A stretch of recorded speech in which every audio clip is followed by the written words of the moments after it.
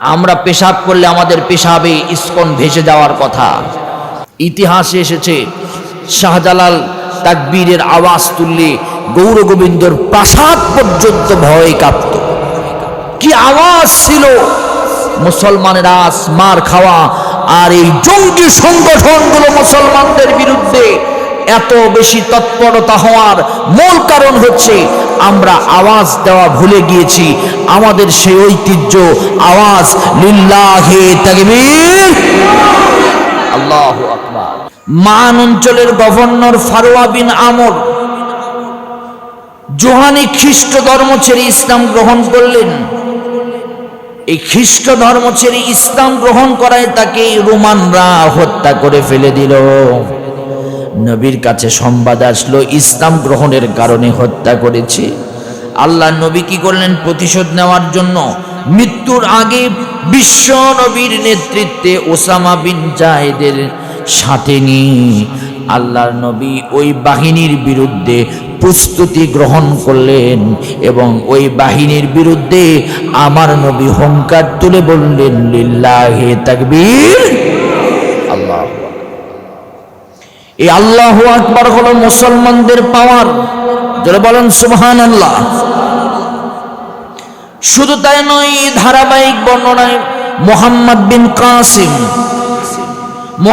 বিন কাসিম হেজাজ থেকে শত শত মাইল দূরে পেরিয়ে একজন মুসলমান বোনের ইজ্জত হেফাজতের জন্য সিন্ধু অভিযান পরিচালনা করেছিলেন। আমার ভাইয়েরা, ইতিহাস আপনারা জানেন। শুধু তাই নয়, ইয়ামিন থেকে সিলেটের জমিনে তার নাম হলো শাহজালাল ইয়ামিনী রাহিমাহুল্লাহ। সুদূর ইয়ামিন থেকে এসেছিলেন। ইয়ামিন থেকে এসে গৌর গোবিন্দের বিরুদ্ধে স্লোগান দিয়েছিলেন লিল্লাহি তাকবীর।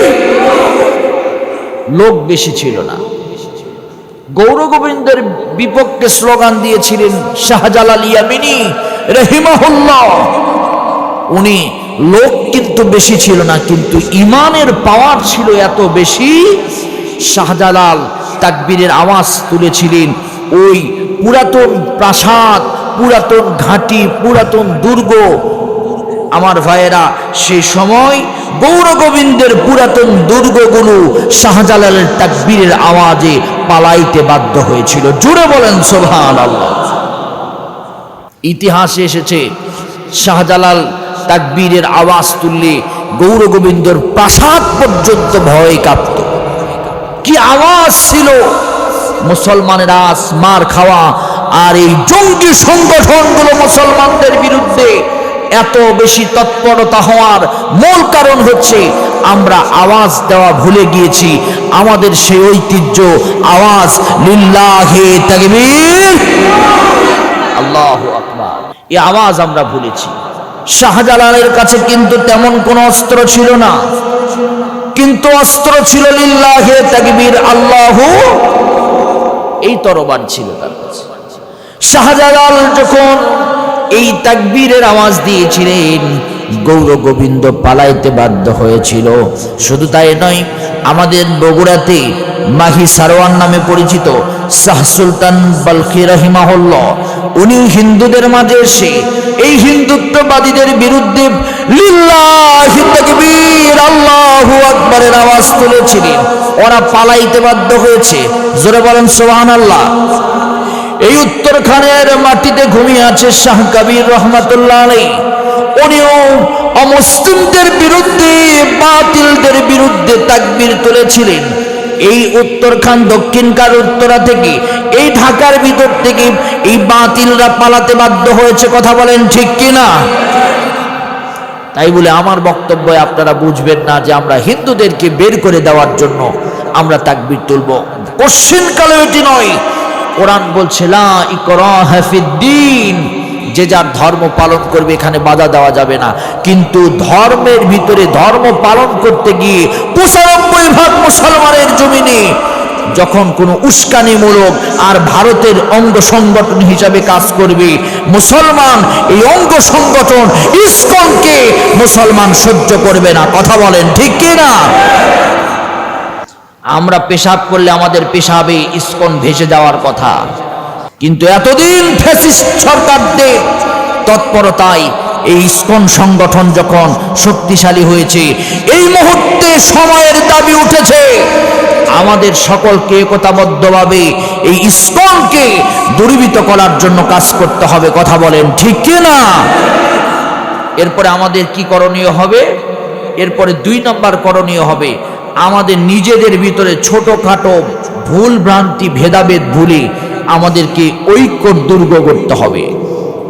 আমরা যে এক হইনি এই সুযোগটা নিয়েছে তারা। আমরা যে বিভিন্ন দলে বিভক্ত, কেউ লম্বা টুপি, কেউ গোল টুপি, কেউ আমিন জোরে বলে, কেউ আমিন আসতে বলে, কেউ দরুদ পড়ে জোরে, কেউ দরুদ পড়ে না জোরে, কেউ বাবার মুরিদ। এগুলোর কারণে এই জঙ্গি সংগঠনগুলো আমাদের মাঝে কাজ করার চেষ্টা করছে। কিন্তু আমরা যদি এক হই তাহলে আমাদের পেশাবে এইরকম ছোটখাটো সংগঠন ভেসে যাওয়ার কথা বলেন ঠিক কিনা? কারণ আল্লাহ রাব্বুল আলামিন বলেছেন ওয়া'তাসিমু বিহাবলিল্লাহি জামিআন ওয়া লা তাফাররাকু। আল্লাহ বলেছেন যে তোমরা একতাবদ্ধ হও, আল্লাহর রশিকে একসাথে তোমরা আঁকড়িয়ে ধরো, ওয়ালা তাফাররাকু, তোমরা পরস্পর বিচ্ছেদ হয়ো না। আজকে আমরা বিচ্ছেদ হওয়ার কারণে আজকে আমাদের এই অবস্থা। আল্লাহ পাক আরো বলেন ওয়ালা তাকুনু কাল্লাযিনা তাফাররাকু ওয়াখতালাফু মিন বাদি মা জাআহুমুল বাইয়িনাত। আল্লাহ বলেন তোমরা তোমাদের ইহুদি নাসারার মতো হয়ো না, যাদের কাছে সুস্পষ্ট নির্দেশনাবলী আসার পরেও তারা পরস্পর বিচ্ছিন্ন হয়ে গিয়েছিল। মুসলমান তোমরা এক হওয়ার চেষ্টা করো। আল্লাহ রাসূল সাল্লাল্লাহু আলাইহি সাল্লাম বলেন ইন্নাল মুমিনিনা ওয়াল মুমিনাত, আল্লাহ নবী বলেন একজন মুমিন আর একজন মুমিনের জন্য ইমারত স্বরূপ, যার একটা অংশে আঘাত লাগলে পুরা অংশে আঘাত লাগে। একটা অংশ যদি শক্তিশালী হয় পুরা মুসলিম যেন শক্তিশালী হয়ে যায়। জোরে বলেন সুবহানাল্লাহ। 3 নম্বর কারণ হচ্ছে, 3 নম্বর আমাদেরকে এই সকল জঙ্গি সংগঠনগুলোকে আমাদের দেশ থেকে বিদায় করতে হলে শক্তিশালী মিডিয়ার প্রয়োজন। শক্তিশালী মিডিয়ার প্রয়োজন। শক্তিশালী মিডিয়া আমাদের আজকে নাই। ইসলামের নামে অপপ্রচার করছে কিছু সাংবাদিক নামের সাংঘাতিক ঈমান বিদ্বেষী কিছু মানুষ। কথা বলেন ঠিক কি না? সত্যকে মিথ্যা বলে প্রচার করে দিচ্ছে সারা বিশ্বের কাছে, আর আমরা বসে বসে আঙ্গুল চুষছি। নিজেদের অপরাধগুলোকে তারা ঢেকে দিয়ে আমাদের সামান্য অপরাধকে তারা মিথ্যা করে বড় করে বানিয়ে সারা পৃথিবীর মাঝে আমাদেরকে জঙ্গি হিসাবে পরিচয় করিয়ে দিচ্ছে। কথা বলেন ঠিক কি না? শুধু তাই নয়, সামান্য একটি বিষয়কে কেন্দ্র করে তারা, আপনারা জেনে অবাক হবেন, শহীদ আলিফ হত্যার যে বিষয়টা এরা বিভিন্নভাবে প্রতিবেদন করে সাংবাদিকদের সামনে উপস্থাপন করে এবং বিভিন্ন মিডিয়ার ভিতরে প্রচার করছে যে আসলেই মুসলমানদের দোষ, আসলে ওদের কোনো দোষ নাই। এই দানিং এই আয়সামণির ঘটনাকে কেন্দ্র করেই তারা বিভিন্নভাবে মিথ্যা রচনা করে বলছে ভিকটিম এই যে আয়সামণি সে নাকি প্রেমে জড়িত ছিল, যার কারণে গণধর্ষণের শিকার হয়েছে। এই কথাগুলো তারা বলছে। নবীর সেই ভবিষ্যৎবাণী গাজওয়াতুল হিন্দের জন্য আমাদেরকে প্রস্তুতি সম্পন্ন করতে হবে। রাসূল করিম সাল্লাল্লাহু আলাইহি সাল্লাম আবু হুরাইরা রাদিয়াল্লাহু তাআলা থেকে বর্ণিত, তিনি বলেন গাজওয়াতুল হিন্দের আল্লাহ রাসূল সাল্লাল্লাহু আলাইহি ওয়াসাল্লাম আমাদেরকে গাজওয়াতুল হিন্দের ওয়াদা করে নিয়েছেন, আমি তা পেলে তাতে আমার জান মাল দিয়ে উৎসর্গ করে এই গাজওয়াতুল হিন্দে আমাকে অংশ নিতে হবে। সময় এসেছে আজকে হিন্দুত্ববাদীদের বিরুদ্ধে দাঁড়ানোর জন্য সময় এসেছে। আল্লাহ রাসূলের হাদিস মিথ্যা নয়। এই গাজওয়াতুল হিন্দের প্রস্তুতি আমাদেরকে নিতে হবে। জান মাল বাজি রেখে যারা গাজওয়াতুল হিন্দে অংশগ্রহণ করবে মরলে তারা শহীদ হয়ে যাবে, বাঁচতে তারা গাজী হয়ে আল্লাহ পাকের জান্নাতে চলে যাবে। আওয়াজ তুলে বলেন সুবহানাল্লাহ। এই জন্য আমাদেরকে সময় এসেছে এই গাজওয়াতুল হিন্দের প্রস্তুতি আমাদেরকে নিতে হবে। এরপরে 5 নাম্বার হচ্ছে ইসলাম ও মুসলমানদের শত্রুদের সাথে কোনো সম্পর্ক আমাদেরকে রাখা যাবে না।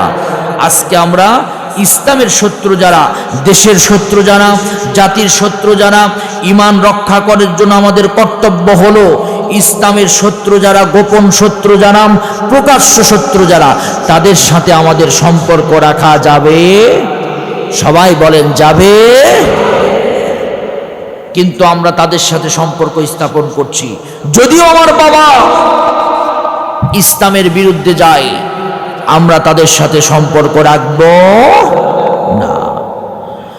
আল্লাহ রাব্বুল আলামিন কোরআন কারীমে সুন্দর করে জানিয়ে দিয়েছেন, আমি বারবার এই আয়াতটা বলি, ইয়া আইয়ুহাল্লাযীনা আমানু লা تتخذوا آباءكم وإخوانكم أولياء إن استحبوا الكفر على الإيمان। জোরে বলেন আল্লাহু আকবার। আল্লাহ বলেছেন, হে মুমিনগণ, তোমাদের পিতা ও ভাইয়ের যদি ঈমানের বিরুদ্ধে কুফরিতে অবস্থান নেয়, তবে তোমরা তাদেরকে নিজেদের বন্ধু বানিয়ে তাদের সাথে চলাফেরা করো। নিজের ভাই এবং পিতা যদি ইসলামের বিরুদ্ধে ঈমানের বিপক্ষে অবস্থান নেয়, তাদেরকে বন্ধু বানানো যাবে না। লা ইয়াত্তাখিদিল মুমিনুনাল কাফিরিনা আউলিয়া মিন দুনিল মুমিনিন। কোন কাফের বেঈমানেরা, ইহুদি নাসারারা মুসলমানের বন্ধু হতে পারে না। তাহলে আজকের খুতবাতে আপনাদেরকে যে মেসেজটি আমি দিতে চেয়েছিলাম, সে মেসেজ হচ্ছে, একের পর এক এই ইসকন সংগঠন বাংলাদেশে হাঙ্গামা দাঙ্গামা তৈরি করে এই বাংলাদেশের শান্ত পরিবেশকে অশান্ত পরিবেশে তৈরি করার জন্য কাজ করছে। আমাদেরকে সচেতন থাকতে হবে, ঈমানের দাবিতে আমাদেরকে প্রতিবাদ করতে হবে। আজকে আমরা মসজিদ থেকে প্রতিবাদ করছি, এই জঙ্গি সংগঠন ইসকনের অপরাধকে সামনে রেখে ইসকন সংগঠনকে বাংলাদেশে নিষিদ্ধ ঘোষণা করতে হবে। ঈমানের দাবি আমরা, এর সাথে কারা কারা একমত দুহাত তুলে আল্লাহকে দেখান। লিল্লাহে তাকবীর। আল্লাহ রাব্বুল আলামিন আমাদেরকে কবুল করুন। একের পর এক ইমাম সাহেবদেরকে হুমকি দিয়েই যাবে, আর আমরা চুপ করে আঙ্গুল চুষবো, তা হতে পারে? জোরে বলেন, তা হতে পারে না। এটা ভারতের রাজ্য নয়, এটি আমাদের শাহজালালের প্রতিষ্ঠা করা তাওহীদের জমিন। এই জমিনে ভারতের কোনো আগ্রাসনের কোনো এজেন্ডা বাংলার জমিনে বাংলার মুসলমান কোনোদিন বাস্তবায়ন হতে দেবে না। আল্লাহ রাব্বুল আলামিন আমাদের সকলকে আল্লাহ পাক কবুল আর মঞ্জুর করুন। আল্লাহ পাক আমাদের সকলকে কোরআনের পক্ষে নিয়ে, ইসলামের পক্ষে নিয়ে, ঈমানের বলে বলিয়ান হয়ে আল্লাহ বাকি জীবন আমল করার তৌফিক দান করুন।